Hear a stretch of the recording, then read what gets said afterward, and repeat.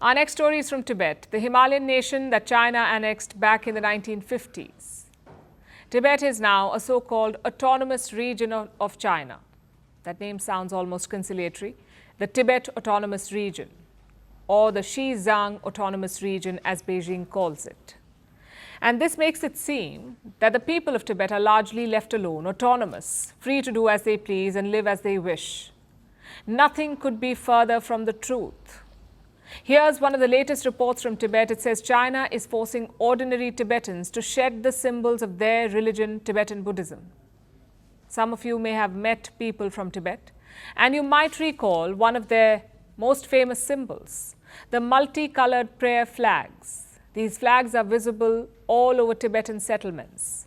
They are hung up outside because it is believed that the wind spreads the prayers and blesses everything that it touches.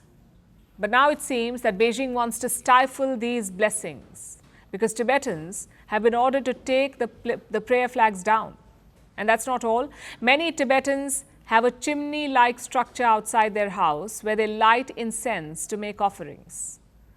But China wants them to demolish these holy structures. In the past, China has mostly targeted religious establishments, not individuals. But now even an ordinary Tibetan person won't be spared. And Beijing's assault on the freedom of religion does not end there. They're also going after Tibetan Buddhists digitally. China is banning them from holding online prayer sessions. It is going after people who try and host these sessions. Authorities are reportedly summoning prayer organizers for quote-unquote interrogations. And that's just one part of the oppression. So far, we've spoken about religion. Beijing is also going after Tibetan culture, the unique Tibetan identity. It starts with their language. The Tibetan government in exile has put out this report accusing China of banning Tibetan language broadcasts. Videos in various Tibetan languages are getting blocked, and live streaming in those languages is being restricted. And that's not even the worst part. Look at this report. It says that Beijing is systematically trying to sinicize the Tibetan people by forcing their children to give up the language. The report cites China's National College Entrance Exam. More than 200 Tibetan students took this test. These were students who studied core subjects in the Tibetan language. 200 of them took the test, only 7 or 8 passed the exam. Tibetans believe that the students were failed on purpose in an effort to discourage the use of their own language. It's even worse for younger children. China is closing Tibetan schools on spurious grounds and then forcing young Tibetan children to go to boarding schools run by the Chinese government. They've been described as colonial-style boarding schools. The children are forced to study in Mandarin and kept away from their families, so they can't even learn Tibetan after school. As a result, the children are forgetting their mother tongue. And many older Tibetans are worried that their children will completely be sinicized and that their culture will be gradually erased.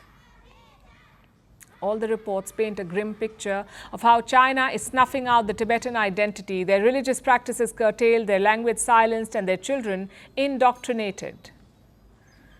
There's a term for this phenomenon, ethnocide, meaning cultural genocide. It's happening to the Tibetans right now. The world needs to do something about it before the entire region truly becomes the Chinese Xizang and Tibet is lost to history.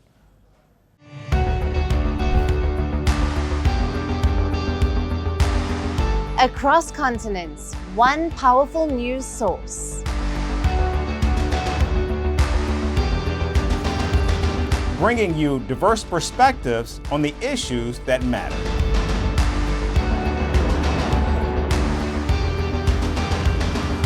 We go beyond the boundaries to give you that little extra about every sporting moment.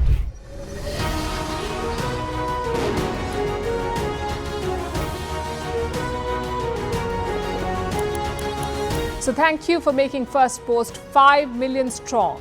We're counting on your support, and you can trust us to bring you the news unfiltered and unvarnished.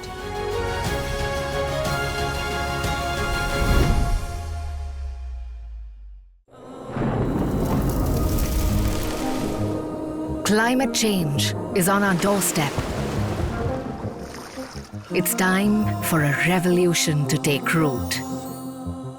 And it starts with 1.4 billion Indians.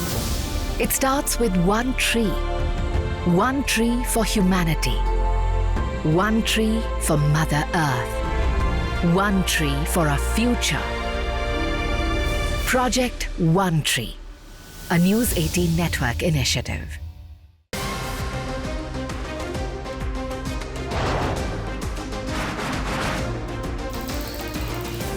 On the show today, the T20 World Cup bandwagon has moved across to the West Indies. What can we expect from this? Hello, I'm Alison Green, coming to you from Durban, South Africa. Today we have a special show.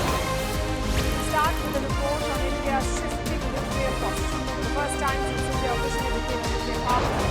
Hello and welcome to Firstpost America. I'm Aaron Ham, coming to you live from the nation's capital,